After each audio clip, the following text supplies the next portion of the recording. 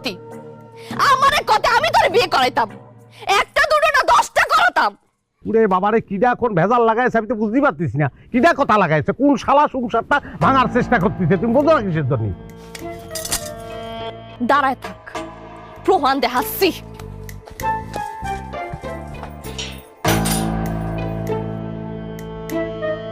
পলায় যাবো নাই, না দরকার নেই, আমি তো কিচ্ছু করিনি, নিয়ে আসুক প্রমাণ।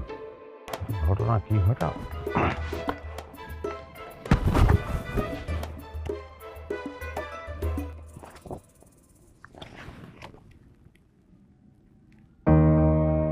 এ তো প্রেগন্যান্সি রিপোর্ট দেখতেছি, আমি তো প্রেগনেন্ট হইনি।